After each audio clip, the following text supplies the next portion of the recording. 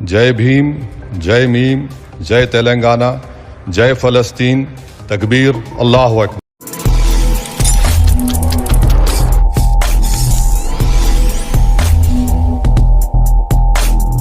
पाकिस्तानच्या संसदेमध्ये कोणी जय श्रीरामचा नारा दिला असता, वंदे मातरमचा नारा दिला असता, तर तो जिवंत त्या संसदेच्या बाहेर येऊ पण शकला नसता।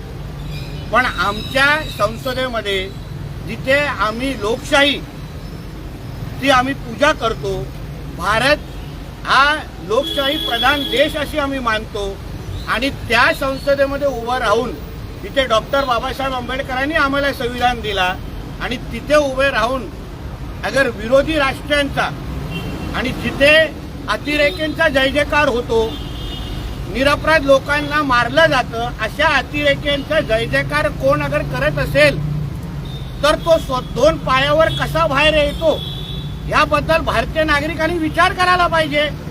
हाच प्रकार पाकिस्तानमध्ये झाला असता, चीनमध्ये झाला असता, तर तिकडच्या संसदेने त्याला जिवंत पण ठेवला नसता, नागरिकांनी त्याला ठेचून मारला असता।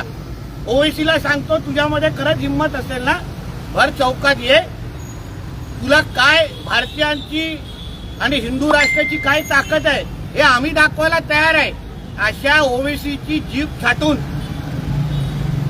खरं म्हणतं भर चौकात त्याला उभं करायला पाहिजे, आणि हे कोण अगर छाटणार असेल तर त्यांनी माझ्याकडे यावं आणि पारितोषिक घेऊन जावं।